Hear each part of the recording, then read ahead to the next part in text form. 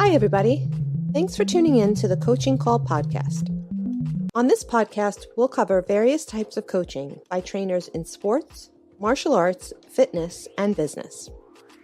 We'll discuss each coach's methods to getting the most out of their respective athletes or clients and how they attempt to change the platform in which they coach. Join us on a fun adventure as we discuss unique coaching styles. Coaching is a universal part of how we get others to get something done. Join your host, Raphael, and his guests on this unique journey in coaching. Hi, I'm Sifu Raphael, and this is the Coaching Call podcast. If you enjoy this episode, please subscribe and leave a review. This episode was made possible by listeners like you. Good morning. Welcome to the Coaching Call. I hope you're having an exceptional day. I have to tell you, my guest is not here. Not sure what's going on. One of the things is when people don't show up, I don't think negatively. I hope they're okay. I say a little prayer for them because we never know what can be happening in somebody's life. So I hope that my guest, Alan Lazaros, is okay. Maybe he forgot. And that would be the best thing. One of the things that we have to consider is how we communicate. When we decide that we want to be somewhere and we let people know and we make a commitment, do we stick to that commitment? This is why I believe that one of the things that is so critical for all of us is to understand how we show up and when we show up. So I just saw that Alan did join me on the show. We are live, so I'm going to go ahead and bring him on the stage. Alan, thank you so much for joining me today. How are you? I'm good. How's it going? I'm sorry I'm a minute late here. I know. It's an honor. Thank you for having me. Appreciate it. You acted more like an action person who comes at the last minute and whenever they show up, they're on time.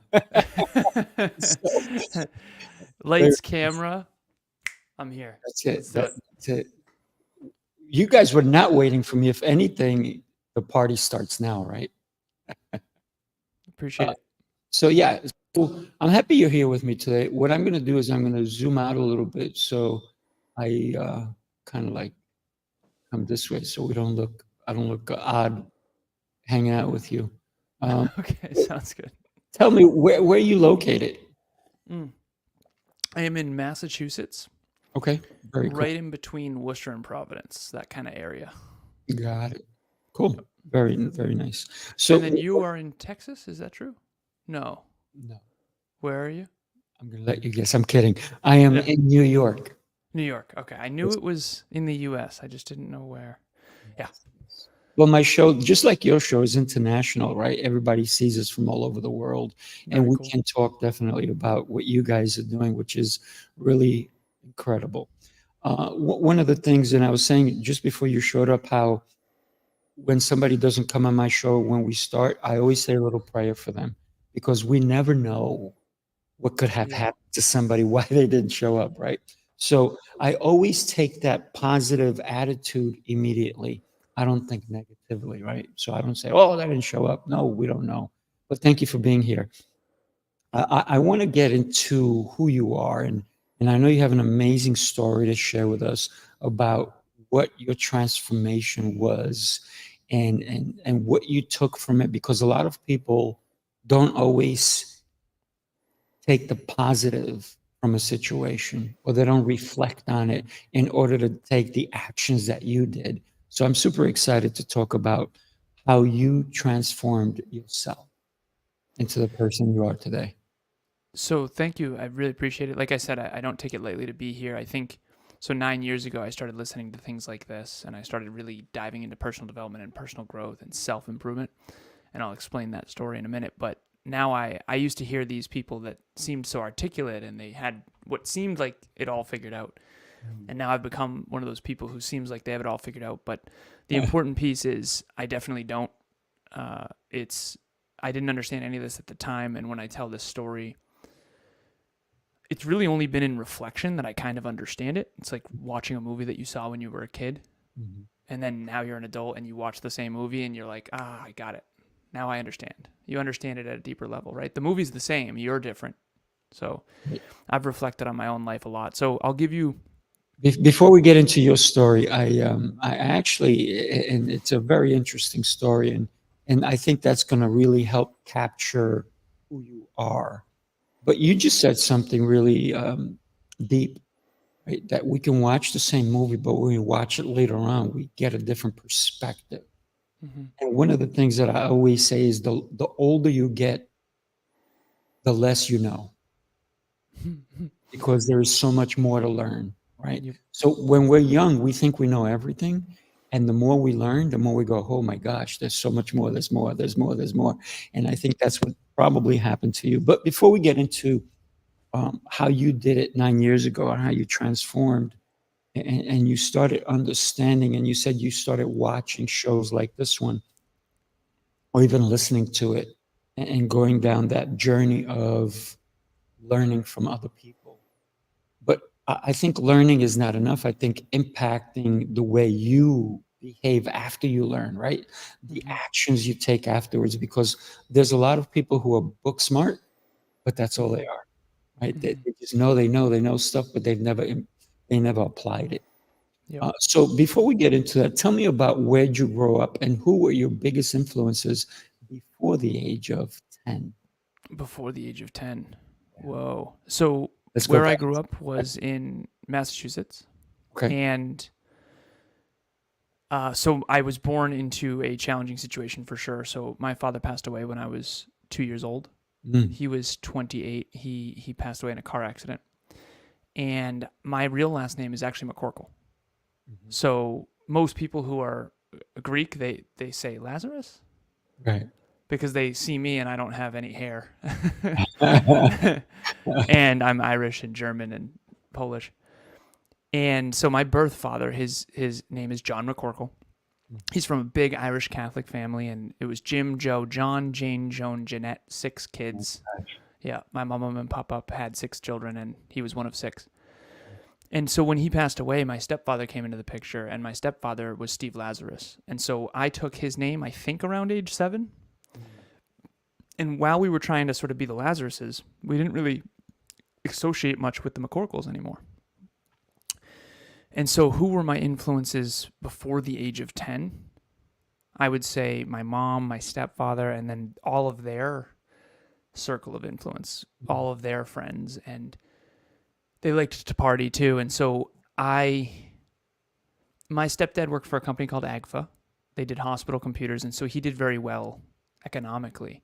But he was the, hunter, fisher, boats, ski trips. They had what I now refer to as a pleasure-centered paradigm, and a paradigm is just a fancy word for what you believe brings meaning in life. And so I was born into what I refer to as a pleasure-centered paradigm, which is those people who believe life is about having as much fun as possible. And that's a very dangerous presupposition. And I adopted that too. So I was very much into partying in my high school and college years. But those were kind of my influences. And the truth is, we all have a choice in life, but when you're a kid, you don't really choose where you're born or who your parents are. And their choices affect you so much. And I think that some of their choices were really good, and some of their choices were very not good, in my opinion. Not positive, not constructive. And they didn't get along super well, and that's a polite way to put it. But yeah, before the age of 10, that was what I had to deal with. It's very interesting when you said that your most influences were your mom and your stepdad, and you didn't communicate anymore necessarily with your dad's part of the family. But what was really interesting to me when you called out all their names, most people, when they don't associate, they forget. How come you know their names so well? And you it was like this. I mean, it was beautiful, I got to tell you. Oh, thank you. Well, I'll expand now because when my stepfather left at 14, when I was 14. Gotcha. And he took 90% of the income with him. So we went from, he got the yacht and the apartment building, we got the house and the dog. And my sister that same year, so 14 was the hardest year of my life. And I didn't know this until my 30s, by the way. In my 30s, I started doing a lot of therapy and rewatching the movie of my life. So back then, I didn't understand what the hell was happening. But essentially, so stepdad leaves, takes 90% of the income with him. I go from boats, ski trips, living on a lake, snowmobiles and motorcycles, and my mom drives a BMW, to I get free lunch at school now because our income is so low. I don't know how I'm going to go to college, even if I do get in. My dream college was WPI. I did end up getting in, and scholarships and financial aid, fortunately. But, and then so that same year in 14, my sister moves out, understandably, with her older boyfriend. My mom gets in a fight with her sister, my Aunt Sandy. And that family ostracizes us. So by the time I'm 14 years old, I kind of lost 3 families. And I had no idea how much that impacted me until my 30s, when I realized that a lot of what was driving me was abandonment challenges. And now that I'm aware of that, I notice it, and now I just don't let it affect me as much as I used to, because a lot of it is just conditioning. So, but to answer your original question, before 10, you asked me kind of how I knew all their names and all that. The McCorkles welcomed us back after my stepfather left, because I've never seen, so my stepfather, when he left at 14, I've never seen him or any of his family. Like, I mean, aunts, uncles, grandparents. I mean, that was everything I knew up to that point. And so I lost my mom's side, and I lost my stepfather's side. And so the McCorkles welcomed us back. When they did, I'm 14, so I'm starting to hit puberty, kind of. I hit puberty late. I'm still hoping to by 36. But I looked just like my dad. So when we came back to the McCorkle side, they all kind of looked at me as if they were seeing sort of the Ghost of Christmas Past type of thing. So it was definitely it was definitely not, I didn't understand what the hell was going on, to be honest. It was the first 20 years of my life were very, very, very tumultuous. And now I feel like my life is so unbelievable in comparison. So, yeah. So going from living a lifestyle of fast-paced, right, on the lake, motorcycle, snowboarding, skiing, the whole different, I guess, water skiing, right? And where did you wind up after that? Because you said your mom was driving a BMW, and then your stepdad took 90% of the income. How did that transfer into the way you guys were living? You talked about having a free lunch, and a lot of people want a free lunch, by the way. Yeah. Not everybody gets it like you got it. So did you go all the way down to the bottom, or did you go somewhere not too terrible?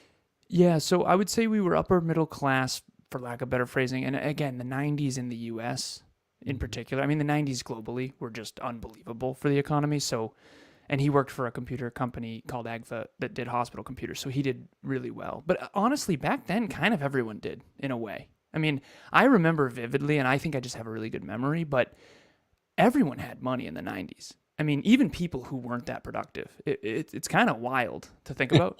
But anyways, so when he left, my mom traded in her BMW for a Honda Civic, and I got, we just bootstrapped.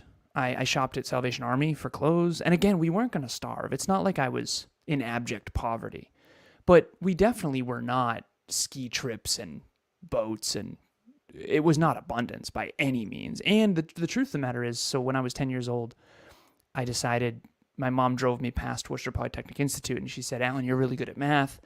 Engineers do really well. You should be an engineer. Engineers are good at math." And I locked in on that. I was like, okay, I'm going to WPI. I'm going to be an engineer. I had two career paths I was considering, and I now realize how weird this is, but I genuinely had these thoughts in my head. And now I realize in hindsight that I had a ton of self-belief. I just built a lot of self-belief. And now I realize how rare that is. But when I was a kid, I decided I'm either going to be a lawyer, politician, president, like U.S. president, which I really considered. I actually was like, yeah, I could probably do that, as arrogant as that might sound. And then the other path was I'm going to do engineer, master's in business, MBA, CEO of a Fortune 50 tech company like my hero, Steve Jobs. My friend and I used to always argue who's smarter, Bill Gates or Steve Jobs, right? Apple versus Microsoft. And Right. we loved computers. I built my first computer at like 12. So I'm just big techie nerd, video games, all that kind of stuff. And this is when it was all brand new. So I just grew up with it. So the lifestyle was definitely through high school and college. I was pretty broke. I mean, like I said, I wasn't going to starve, but there was no extra capital. There was no, I mean, it was used everything. It was hand-me-down everything. It was whatever you had to do. In high school, so when my stepfather left 14, that was a freshman in high school. And I had this moment where I was like, okay, so I don't really have any sort of, and I don't know if this was conscious or not, but now in hindsight, I think this is what I did. I looked into my past and I was like, okay, that's a lot of pain. And then I looked into my future and I saw pain if I didn't do something. Nice. So when your past is painful and your present is painful, you kind of have to look into the future and go, oh no, this is going to be really bad if I don't do something about it. So there's 4 trauma responses. There's fight, flight, freeze, and fawn. The fawn one I didn't know until my 30s. Fawn is to appease. Right. Fawn is, so socially I was quite the coward, to be honest with you. But competence, behind the scenes, work ethic, I fought. I mean, I was definitely, the adversity is your advantage. Just grind your way tooth and nail to whatever you need to do in order to achieve a lot. So my trauma response was work harder, aim higher, get smarter, fortunately. And yes, drink, escape, movies, like that kind of thing too. But I bootstrapped through all of high school. I got what's called the President's Award. It's actually behind me, signed by George W. Bush. Nice.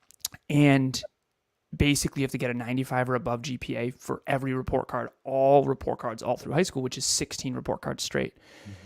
And I was the obnoxious kid at the award ceremony that just didn't even sit down. It was just award after award after award after award. And then I got into my college of my dreams, and I got a bunch of financial aid and scholarships, and my mom helped too. And she took some out of her retirement for me and invested it in my school. And I got to go to one of the best tech schools in the world. And I became a computer engineer, and that was brutal, to be honest with you, but I did. Mm-hmm. And then I got my master's in business. And then after that, after college and high school, it was just ridiculous. I mean, I just made 65 to 85, 85 to 105, 105 to 125, 125 to 180. And for me, that was ridiculous because I drove a $5,000 Passat. My rent was $500 living on a lake with my girlfriend, splitting rent at the time in my mid 20s, no kids, no mortgage. And I'm just imagine making $200,000 a year with like no bills. Yeah, right. It was just, and I'm in my early 20s. So I ended up paying off $84,000 worth of college debt in a single year. Mm. That was my goal. I had $150,000 in an investment account at Vanguard in my early 20s and early to mid 20s. And it was all just tech companies, and tech always made a lot of sense to me. So to me, it was, okay, these companies will win most likely. I'm going to buy them. And I didn't really need much. That was a huge advantage because I don't need that much because I'm so used to going without after 14. And so I always say when you learn to need nothing, you'll have everything. And I don't think it makes sense to anybody, but I have a huge advantage now because I don't need a lush lifestyle. And so as a business owner, I keep expenses very, very low. And we just keep getting better and better and better. And it's really awesome. And now I have all these nice things. I wear nice clothes now. It's amazing. I mean, it's unbelievable. I drive a Tesla. And to me, I don't really need any of that stuff. So because I'm so used to being without, you just get to, I love work and I love service and I love seeing what I'm capable of. But I don't, this whole entrepreneur, flashy boats and models stuff, like I think that's all nonsense, to be completely honest with you. I want a boring, simple life. And Agreed. Yeah, so hopefully that answers your question. No, I mean, one of the things that most people do is they see the shiny object. Their eyes, like, they forget everything else and they look at the shiny objects, right? And like you said, you don't really need all that stuff. You don't need all the fancy stuff. What you need is to, I believe, me personally, I believe like you, is that what we do should matter. Mm-hmm. If it doesn't matter, then why are we doing it? Mm-hmm. And you also talked about earlier with your mom and stepdad that they were living a life. And even though you were participating in it, Mm-hmm. when you look back, it wasn't really your forte. 100%. Like, It really wasn't. would you live that life now? Probably No, not. No way, right? definitely not. Hey, no. Definitely not. It was just, I think on the surface, it looks like a lot of fun. Mhm. You know, we had a BMW and we had a yacht and we had parties all the time. We had bonfires. We lived on a lake. It did. It looked like a lot of fun. And the truth is, it was a lot of fun. I mean, we had some ragers. We had a great time. But underneath that is a lot of misery. Yeah. You know, they didn't get along. I think I have this thing called the inverse 10 law, and I created it. I made it up. I made it up. And if you're flaunting wealth and fulfillment and happiness and success on the internet or anywhere, I think you're 1/10 as successful and as fulfilled as you're acting. And if you're not flaunting anything, I have one person I'm thinking of who has paint chipping off their Toyota and they're a multimillionaire. You're actually 10 times more successful than people think. And so I've coached a lot of people at this stage. I have 24 people on my roster right now, youngest 16, oldest 63, all over the world. And you just learn behind the scenes the truth. And then you see that the most deeply insecure people are the ones that are flaunting. And I did it too. I mean, when I was most miserable, I was pretending to be the most happy. And now that I'm deeply fulfilled and I actually adore my life, I don't even necessarily want to be on social media. I have to be for my business, but I'm not trying to front this facade of popping bottles with models and all that kind of stuff. It's very the shiny object syndrome. Shiny object syndrome is so dangerous because money matters. It always has and it always will. Success matters. It always has and it always will. It buys you freedom. It buys you choices. Like if it wasn't for living in a country that invests in people's minds, I wouldn't have been able to go to college and I wouldn't be here talking to you right now, right? So I'm very grateful. It's not the money, it's what you can do with it that matters. There's a lot that you can do with money that can change your whole life. And sometimes you have to get all the money to realize that it's not the answer. And for me, I thought it was the answer. And then when I got way more than enough, it was very clear that that was not the answer. And then after my car accident at 26, which we can get into if you want, I reevaluated my life having all the money, thinking that that was going to solve things, because it seemed from an outside perspective like if I had enough money to take care of my family, everything, the pain would go away. No. The pain is because of their own lack of improving themselves. The drama. I mean, some people are just drama magnets. Every time you hang out with them, there's just a tornado of you see the wind. yeah, well, I guess that people that, that's just my luck. Well, honestly, you're kind of creating a lot of that with your own inability to actually regulate yourself and your own lack of emotional intelligence and your own lack of self-improvement. And that doesn't mean that's not a blanket statement. I mean, obviously bad things happen to everybody. It's not a you thing. But do you take that bad thing that happens and build something constructive out of it? Or do you make it this whirlwind that affects everyone around you and that kind of thing? And so I'm just really grateful to have made it out of all the chaos. And at this stage, my goal is to hopefully spread self-improvement. I mean, that's ultimately why I'm here, because self-improvement really did save my life. Because to your point, I didn't choose any of that. I didn't choose those friends. I didn't choose those because I would hang out with all the friends of their friend group, all the kids of their friend group. And so my mom and stepdad, their choices impacted who I ended up associating with. And if I could go back, I would talk to little Alan and I would say, brother, you are surrounding yourself with the wrong people. And you're in trouble if you don't pivot this. You need to choose wisely who you allow to influence you. And that has got to be, as fortune cookie as that might sound, that's got to be number one. If I were to mentor kids, and I'm going to, by the way, we kind of do a little bit with our charity, I I just need you to surround yourself with constructive people who want to better their best, and these people who have this paradigm of just have as much fun as possible, achieve as much status as possible, drive a Ferrari even though I'm broke mentality. You're just going to set yourself up for a life of pain. And there's a way out of that, and the choice is to just sail away from all the toxic people. Yeah. When I was in my 20s, I wasn't trying to be flashy, but I didn't care about money. And so I would go and take 3 to 4 times a week sometimes, and I would take people out to lunch. And the lunch, because I would go to exclusive places that didn't even have a name on the door. We just go into this restaurant, there'd be 6 or 7 waiters for us, and it would be anywhere from $400 to $600. And I did that regularly.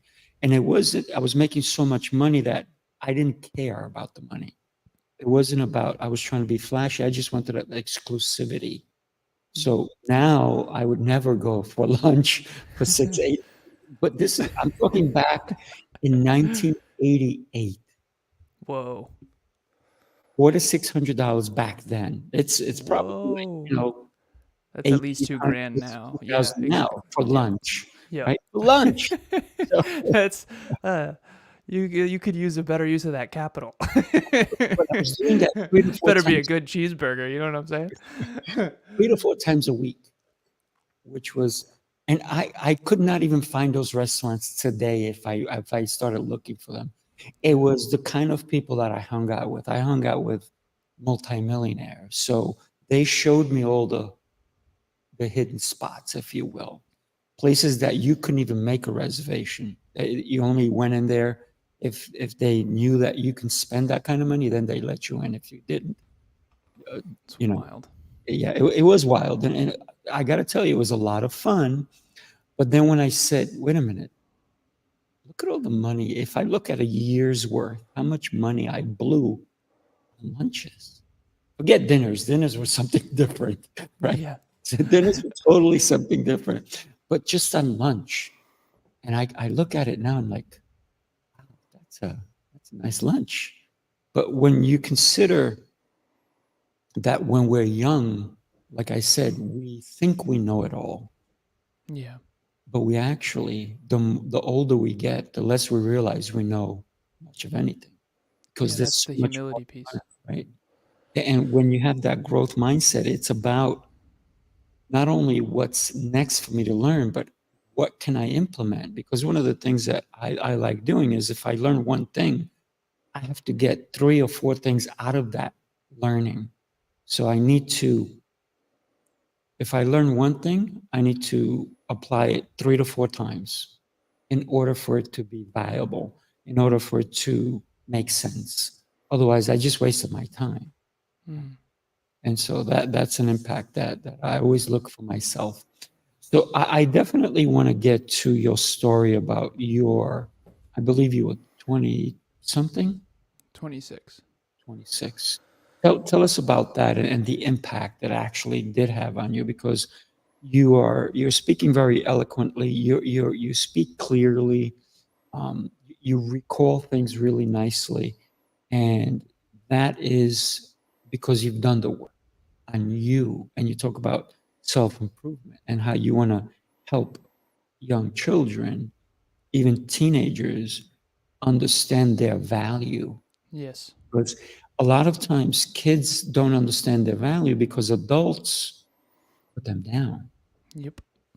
And so I have a communication school where I teach not only adults, but I teach kids on communication, on how to raise their hand, how to speak up, have a voice. So I believe that's all important. That's what's going across the bottom of my screen right now, speaking prowess, right?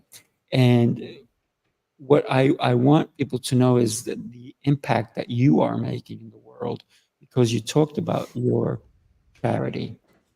And when you get a chance, also put your link in the chat. We would have done that earlier, but it's okay. So put it in the chat so I can send people to you. That's Yeah, how. absolutely. I appreciate it. Yeah. So tell us when you have that second to consider what happened at 26, because you were you were involved in something that truly changed your life? It changed everything for me. So when I was 26 years old, and at this point I had worked for a bunch of different technology companies as a computer engineer / business. I did global product management, I did product engineer, I did computer engineer, I did all these different things. So I worked for, at this point, robotics company. So I worked for iRobot, I worked for Sensata Technologies, which used to be Texas Instruments. I worked for all these different companies, and I was really soul searching, and really ultimately in hindsight, I was chasing the most money that I could, because the story that I told myself unconsciously was that money would solve my pain, my problems. If we had enough money, we could afford to keep the house. If we had enough money, I could help my mom and sister. If we had enough money, right? So I was just chasing the money, really, who would pay me the most for the work. And I just did that. And so I eventually ended up at a company called Cognex. I'd started an inside sales engineering team with a man named Charlie. And then I was promoted to outside sales engineer. And outside sales engineer, my territory was, so Cognex sells machine vision equipment. So this camera in front of me, picture like water bottles going down a manufacturing line, and the software checks to make sure everything's quality assurance, the cap's on right and it's the right length and all that kind of stuff. So I sold that equipment, and Cognex does machine vision in all over the world, manufacturing facilities. Industrial automation really is what it is, kind of the eyes of a robot. So I managed Vermont, Western Mass, and Connecticut. So I had my own territory. And I would go into these manufacturing facilities, and I would assess things and sell automation equipment, essentially. So I'm 26. I'm making almost $200,000 that year. And I'm up in New Hampshire with my little cousin. And at this point, so I am still drinking. I definitely partied. Cognex's motto is work hard, play hard. I used to say work hard, play harder. Mm-hmm. And I was this type A achiever, super smart, competitive, super hardworking, very competitive, but also good-hearted for sure, but made poor choices on who I associate with, and poor choices about alcohol, because I grew up around a lot of alcohol. And in hindsight, that's all obvious. At the time, I couldn't have told you that, right? I knew I had a problem, but I didn't know how much. It's the water you're swimming in. So when you grow up in an environment where your family drinks, and then they associate with all people who drink, you think the whole world drinks. That's right. Because that's just, and you don't think anything different. So, I grew up in an environment where, someone too drunk fell in the fire, and that was funny. Like, it was wild.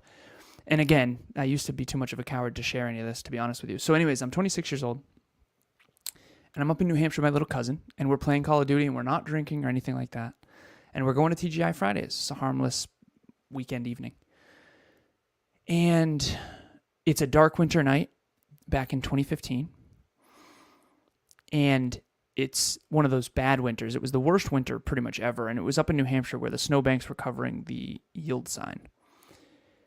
And it was dark, and it was rainy, like freezing rain. There had been a snowstorm recently. It was bad.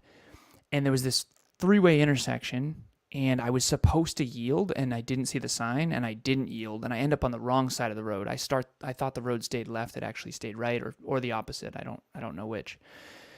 But I end up on the wrong side of the road, and I'm looking down at my GPS, and then I look up, and I see what I thought was a Mack truck in front of me.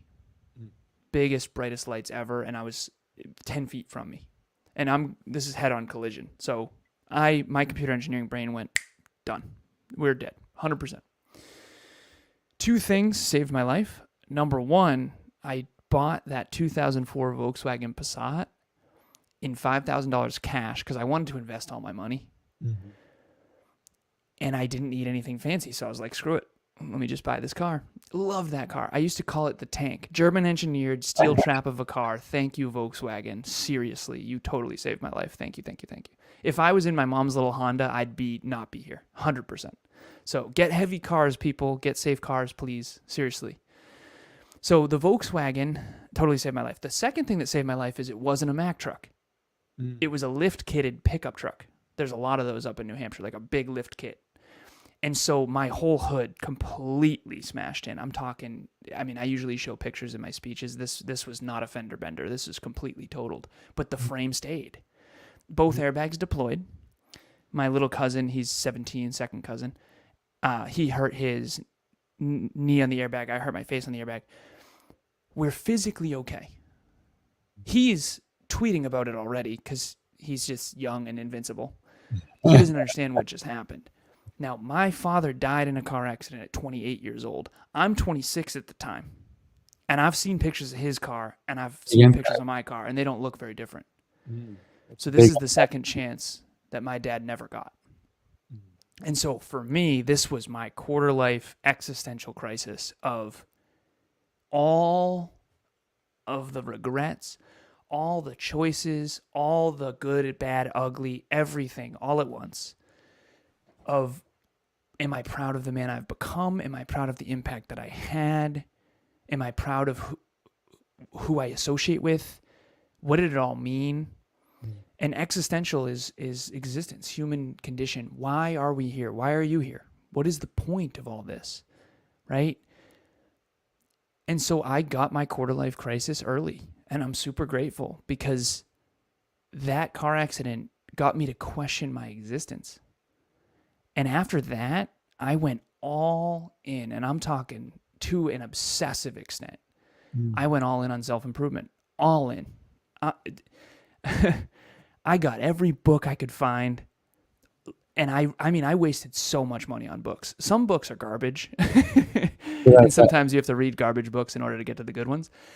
I just, every book, every audiobook, every podcast, every YouTube video, I was just personal development, self-improvement, personal growth, holistic fitness. I got my fitness together. I started doing fitness competitions and fitness coaching and fitness modeling, and that was one of my dreams. And I just stopped. You know what it really did in hindsight, and this, I've never actually shared it this way before. I realized I was blogging yesterday. I write 20 minutes a day, and I was blogging about this. It got me to stop playing not to lose. I think most of us are playing not to lose instead of playing to win. I was playing not to get made fun of. I was playing not to lose my family. I was playing not to lose money. I was playing not to lose my friends. And now I've lost a lot of my friends. I've lost a lot of my close relationships with my family. But that's what it took to really unleash who I really am. And I think a lot of people, you achieve a certain level in life, and now you're fighting to hold on to it. But the truth is, you have to let that phoenix burn down to rise anew from the ashes, and that's why that metaphor is so cool. My phoenix completely burnt down after that, and I had a completely fresh start. It was okay. And it was also, I was claustrophobic, double yellow lines scared me. I mean, I had some PTSD stuff going on for sure, and that was hard to work through for sure. But the post-traumatic growth, I mean, that was 9 years ago. It just kickstarted me off on the compound effect of how good can I become as a human being. I'm going to reallocate all of my time and effort towards the highest good I can conceptualize and believe in. And I'm going to reorient my entire existence around it. And that's going to be my true north. That's going to be my North Star now. And I wear this North Star around my neck because it's a reminder of why I'm here and what I do. And I'm not going to be what my mom wanted. I'm not going to be what society wants me to be. I mean, when I quit corporate, everyone's like, you're such an idiot. Who does that? Who literally creates the American dream and then quits?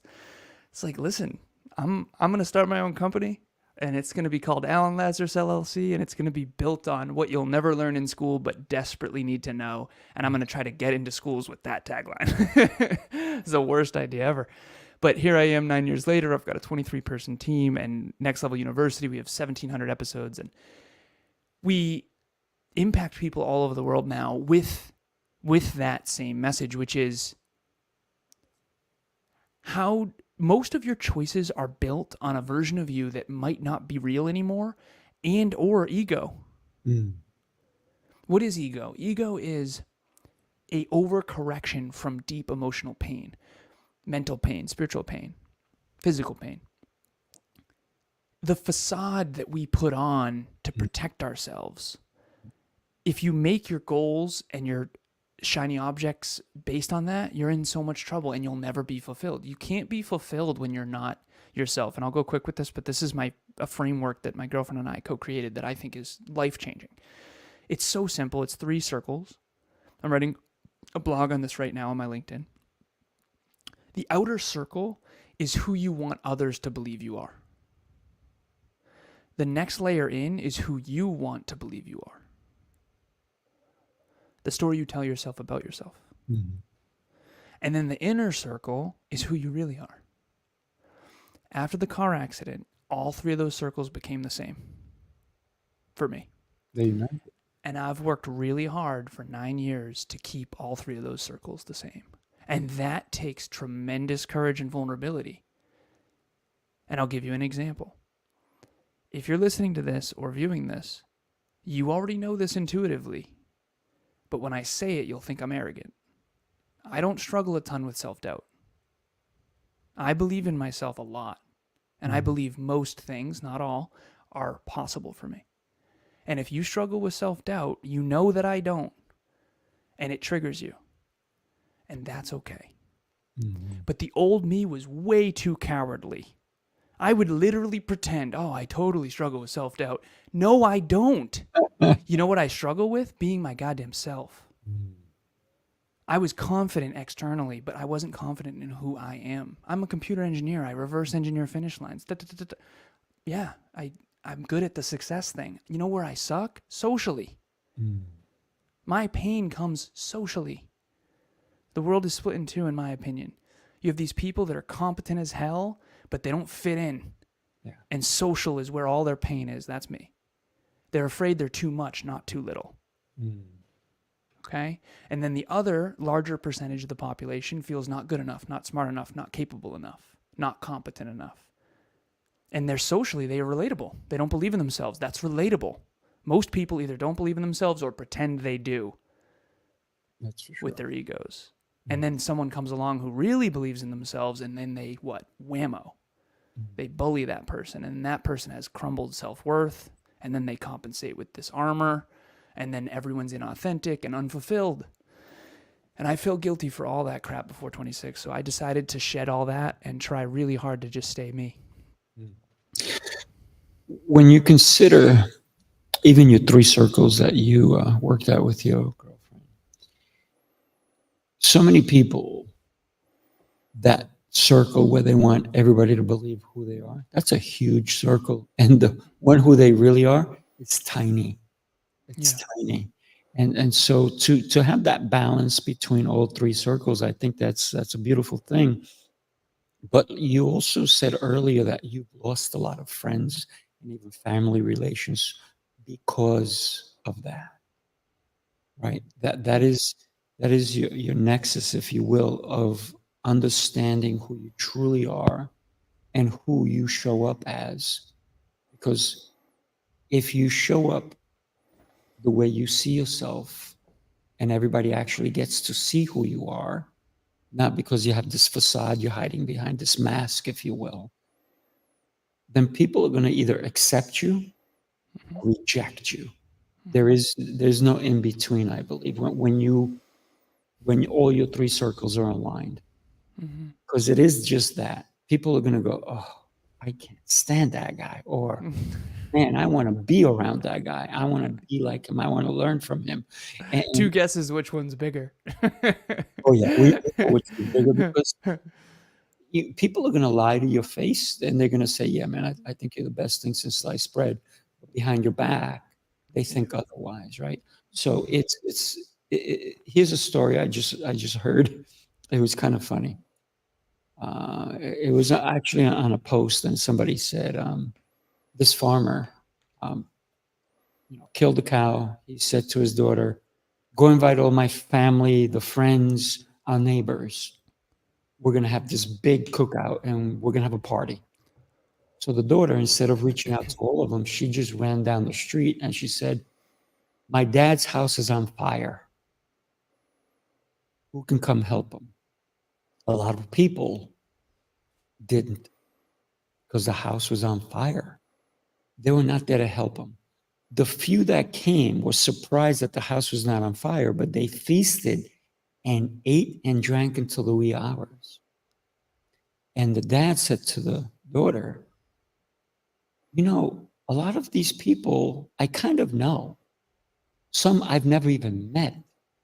What happened to all our friends and family, and what happened to them? She goes, well, and how about our neighbors? Only the ones that were really there to help are the ones that showed up. Whoa. So that's deep. So it's who do you trust that will have your back for real, right? Yeah. When your house is on fire, who's going to come and help you? Or who's going to go, oh, I didn't hear anything. I'm sorry. Or what? Oh, your house burnt down? They don't come. They'll talk afterwards, but they won't come when the heat is on. Yep. So who are the people that will align with your mission, with your agenda? Those are the people that are really going to stick with you. And yeah, you're going to lose a lot of people. Yeah. I thought that was a pretty deep story. It is. It is. Thank you for sharing that. Yes. I did an episode yesterday with Kev about this idea of value and being valued.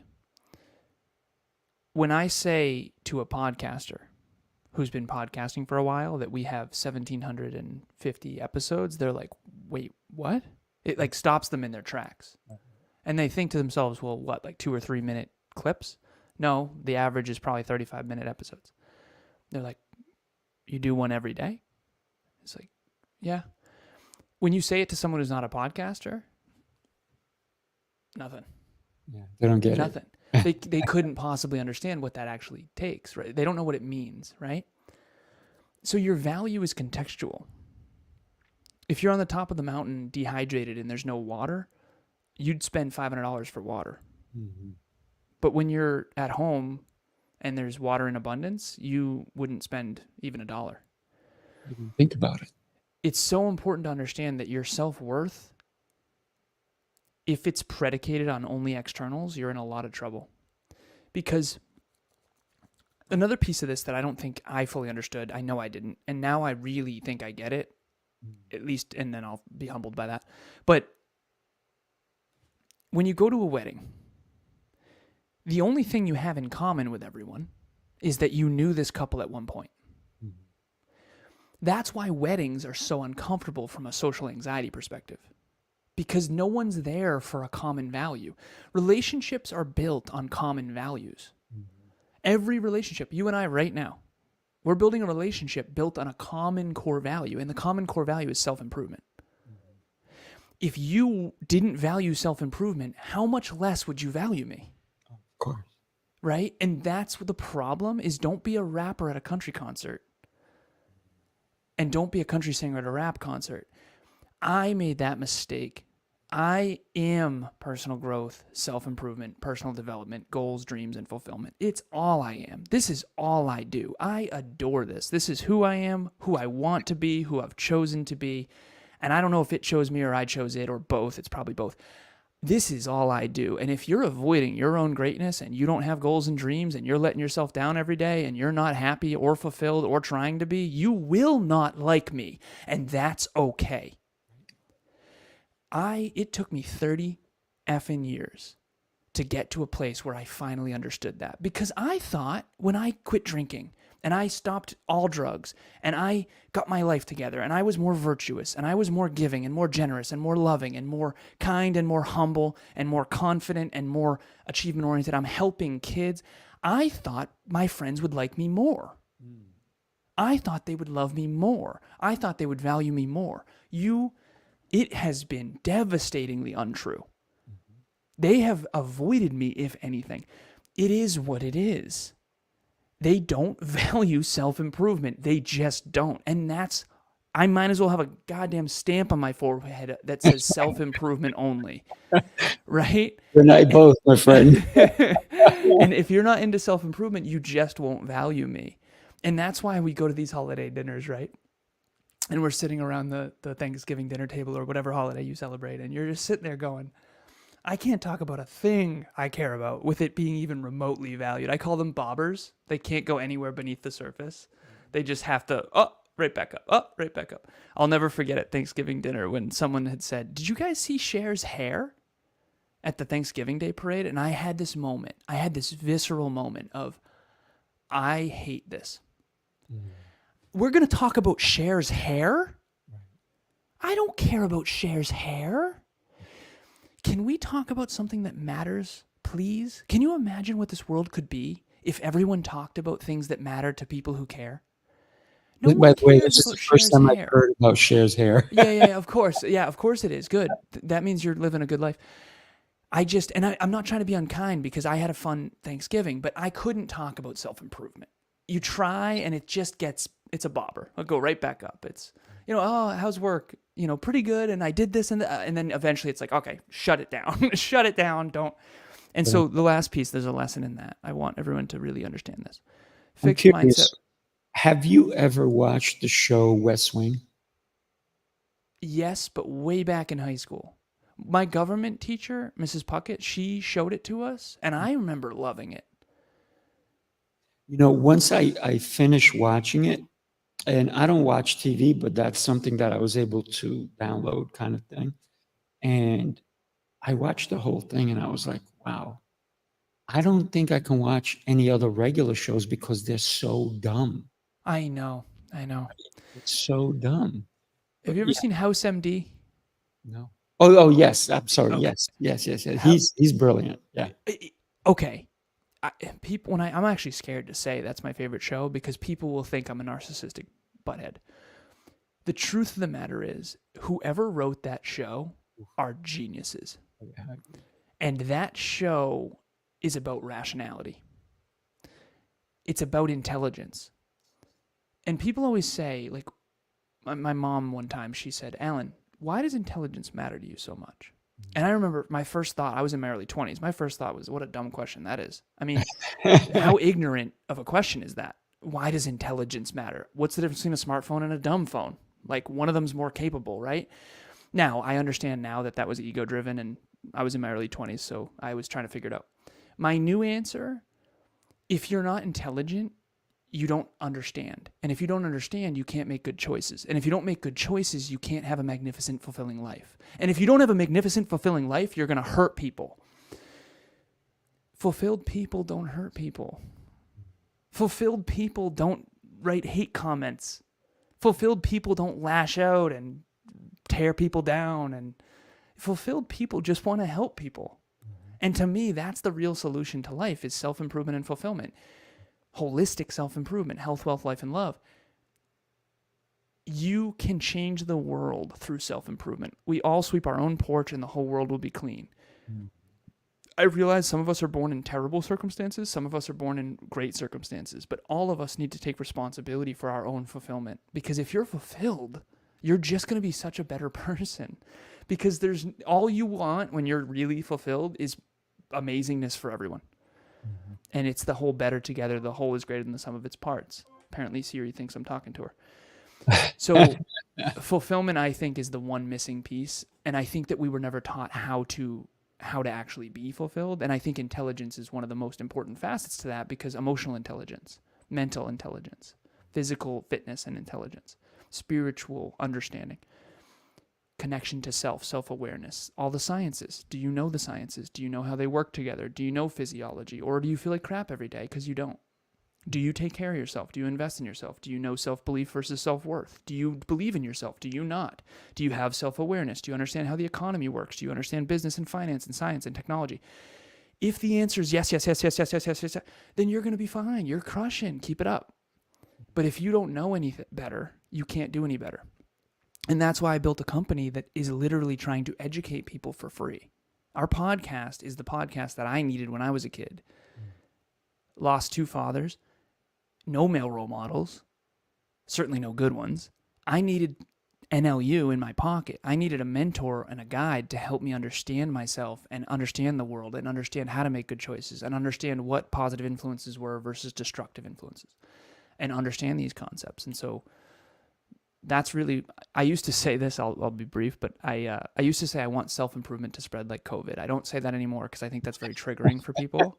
Yeah, I'm an engineer, so forgive my brain. That's it. Of course. Okay, but the way I say it now is COVID spread 2, 4, 8, 16, 32, 64, 128, 56. Sure. It spread exponentially. I want that to happen with self-improvement. I think that's how the world changes. I think that's the only way the world changes. That is exactly the only way. I do have a very question that's been in the back of my mind a lot. How on earth did you and Kevin get together? And then we're going to talk about, Kevin was on my show a long time ago, right? And, I'm going to want both of you guys to come on my Heroes Rising show as well, or even on this one. But how did you guys get together? And then tell us about Next Level University. So, which I'm going to, by the way, for everybody, I'm going to put across the screen right there. Oh, thank you. Next Level Universe, not university. Yeah, so nextleveluniverse.com. It encapsulates all things Next Level. The podcast is Next Level University. So only in hindsight, again, do I understand this with Kevin and I, because at the time it just felt aligned and we didn't know why. We grew up in the same town. He didn't meet his father till he was 27 years old. His father abandoned him when he was born. And he was raised by 2 women, his mom and his Mima, his grandma. And I was raised by 2 women, my mom and my sister, for the most part. My sister was 3 years older, and she was kind of like my second mom. And so in hindsight, it's obvious why we work. We have very similar core values. We both have a similar core wound. And the core wound is no male role models, low self-worth because we didn't have dads, and this core aspiration that we have of, he had a podcast called the Hyperconscious Podcast. Change the way you think, change the way you act, change the way you live. That sounds a lot like me. And so I had a podcast called Conversations Change Lives. I think this conversation has changed lives. It's changed my life. It's changed your life. And hopefully anyone watching or listening, it's changed your life too. Even if we got you to think a little differently. That's right. Right? Changes the trajectory of everything. So to me, I thought that was the solution, is meaningful conversations with intelligent people can change the world. And so I had that podcast. He was my first guest. I was his first guest. And we eventually realized that this is super aligned. Let's team up. We had the worst podcast name of all time. The Hyperconscious Podcast meets Conversations Change Lives podcast. We did that for like 20 weeks. Yeah. And then we went all in on the Hyperconscious Podcast. And then 7 years later now, almost 8 years later, 7 years later, we rebranded from the Hyperconscious Podcast to Next Level University Podcast. And it was change the way you think, change the way you act, change the way you live. And we rebranded to Holistic Life, Love, Health, and Wealth. And it just grew from there. It grew from there. And we started with 1 episode a week, and then 2, and then 3, and then 4. And we jumped to 6, and then we eventually did 1 every day. And the idea is 1% improvement in your pocket from anywhere on the planet, completely free, Next Level University, and be a mentor or a coach in your pocket. The mentor that we would have needed growing up is now available for free for anyone who has an internet connection and a device. To me, that's really cool, because there's a lot of people out there that I think are really entitled. But for someone who wants to put in the effort and wants to learn, because some people don't have the opportunity, right? I got the opportunity to go to college through Massachusetts and through the U.S. investing in me. And yeah, I earned the straight A's and the scholarships and the financial aid, but the money, I wouldn't be where I am today if it wasn't for them investing in me. And going to WPI was one of the best decisions I've ever made. That's what got me out of the small town, small mentality. And so they changed my world. I had 2 advantages in life, and I've actually analyzed this a lot. I only think it's 2, to be honest. I've analyzed this a lot. I think only 2. 1, I was born in a free country that invests in their people. It invests in equal opportunity. They invested financial aid and scholarships for me to go to college when I couldn't afford it. So I could cry right now thinking about it. I would not be where I am if it wasn't for that. And then number 2, I have this huge brain, and I was born with such a good brain. And honestly, pretty much everything else was fairly stacked against me. A lot of people see me now, they think I started on third base. I couldn't even see the goddamn ballpark. But I had a big brain, and I was taught to aim high, and I had a country that invested in my mind, and I just want to give back. So that's what Next Level University is. It's giving back. And yes, we're a profitable company too. I do business coaching, and he does podcast coaching. We've got other branches that are profitable, but for the most part, the podcast is completely free. We don't even advertise. It's totally free. So yeah. Beautiful. So when you talked about having a big brain, but I can't see it, right? Isn't that beautiful? You can't see the size of somebody's brain, but you can see the size of their brain by their actions and the way they speak and the way they treat other people, or the way they live their life. And I believe that that's something.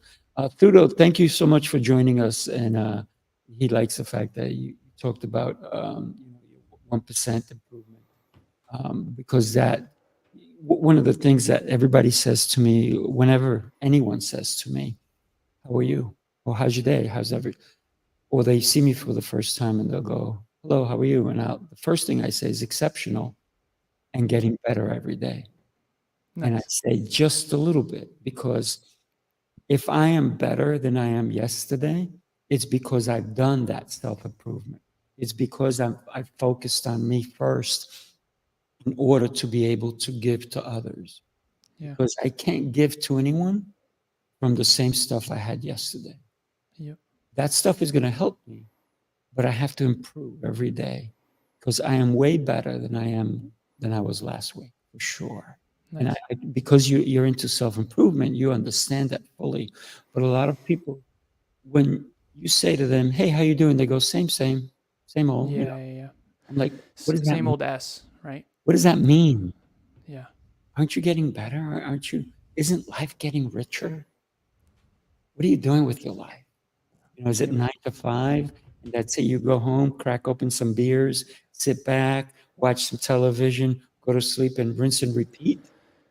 Right? Is that what life is about? Is that why you're here on this earth?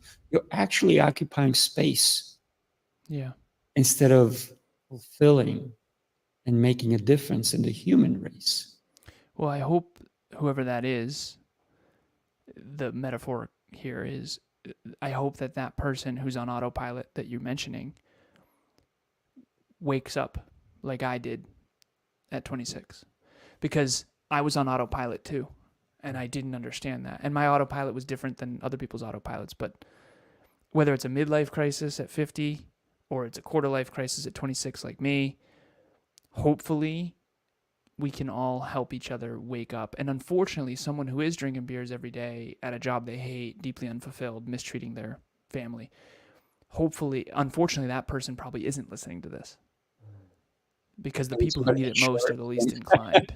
Yeah, and so that wake up call is going to come. The question is when. So I know that we hit time. I think my alarm had gone off. This was awesome. Thank you so much for having me. Seriously, it is a pleasure. It's an honor.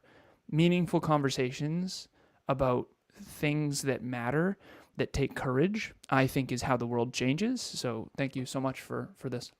Alan, a great pleasure, and I hope that we continue to have deeper conversations as well. And like I said, I'd love for you to come on the other shows as well. And what's the one thing that you can tell someone besides go and dive deep into not only self-awareness, but self-growth, if you will? The three things that I think really ultimately matter, because people ask me, well, what did you do? I had someone ask me yesterday, what do you do in business coaching? Really all it is helping someone see more accurately. That's my thing. Because there is an objective truth. Like, if you think Canada has 50 million people, you're wrong. It has 38. Like, there is an objective truth. And I'm a numbers guy, so forgive me for this, but I think a lot of us are swimming in distortion. I think most people are really inaccurate in their thinking. And if my self-driving Tesla has an occluded camera and there's a truck coming from the right, it's not going to know to move. So you can't make good choices with wrong data. with inaccurate data. And so there's 3 things you really need to know. You need to know accurate truth about yourself. You need to know accurate truth about people, other people, and you need to know accurate truth about the world. And a GPS needs 3 things. It needs, number 1, it needs an accurate current location. That's self-awareness. Accurate current location first. It needs an accurate destination. That's a goal. And it needs accurate data on the terrain. Otherwise, you're going to drive into a cliff over and over again and then blame the universe. When in reality, it's your own poor thinking. People, oh, that always happens to me. It's because you're so inaccurate in your decision-making paradigm. How did I get here? I made better decisions that didn't guarantee that I get here, but it increased the probability that I get a better and better and better outcome. And I think that's possible for all of us to an extent. Obviously, some people have disabilities. Obviously, I get it. But the point is that if you're inaccurate about self and you're inaccurate about the world and how it works, why it works that way, if you're inaccurate about people, how they work and why they work that way, psychology, all that stuff, you basically will just make poor choices all the time and then blame bad luck. And I grew up with a lot of people who blame bad luck and who are very nihilistic and hopeless. And the truth is they just need to take their head out of their butt and actually read a goddamn book that can give them some answers. They just don't have humility. They don't have humility. And I was guilty of that too before my car accident. So I got all the humility at once. And so humility and be a student and learning is the answer. It is. And that's the only good advice I can give you is just try to think as accurately as possible. Perfect. Thank you so much. I really appreciate your time. Thank you, and looking forward to continued connections. Thank you so much. It was an honor. Appreciate it. Everybody have an amazing day, and we look forward to seeing you